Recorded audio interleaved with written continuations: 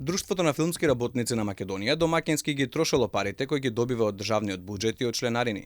Тврдат оттаму, иако не нудат никакви докази за тоа. Оваа реакција следи по сериозните обвинувања од поранешниот председател на надзорниот одбор, Никола Мадиќ, кој за ТВ Алфа порача и тие ги криеле финансиските извештаи и дека има недоследности во бројките.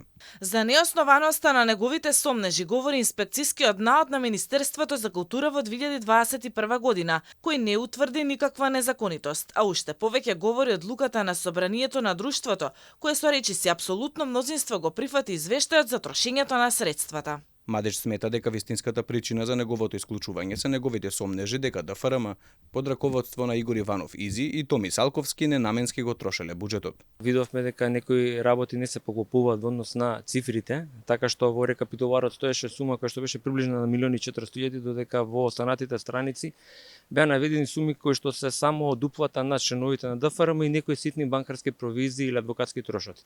Можеше да се забележи дека има повеќе ставки каде што средствата се трошени во ресторани за разни пригоди, како состаноци на управен одбор и така натаму. Во некој не ни стои зашто, чисто стојат само имињата на рестораните.